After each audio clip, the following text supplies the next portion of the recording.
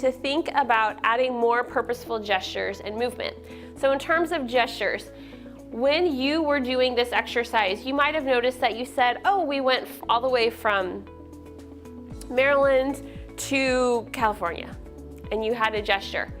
That's exactly the type of gesture that you want to think about and pay attention to and do a little bit bigger, more dramatically. You might have done it a little small and flippant, but I want you to make it a little, we went from Maryland to California if you're speaking in front of a larger audience, or if you're even in an interpersonal situation, make it a little more pronounced.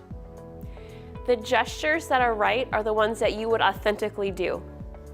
The way that I gesture is not the way that you gesture. The way that your neighbor gestures is not the way that you gesture. There's no right or wrong way to gesture, except it has to be authentic. So sometimes we see people when they stand up to do a briefing in a meeting or give a report to their colleagues, they'll stand up and they'll do this, they'll do the steeple.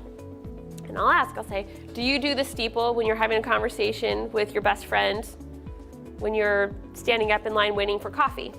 If you would do this standing in line, talking to your friend, waiting for coffee, then you should do it in a presentation, because the best presentations are one-on-one conversations with the audience.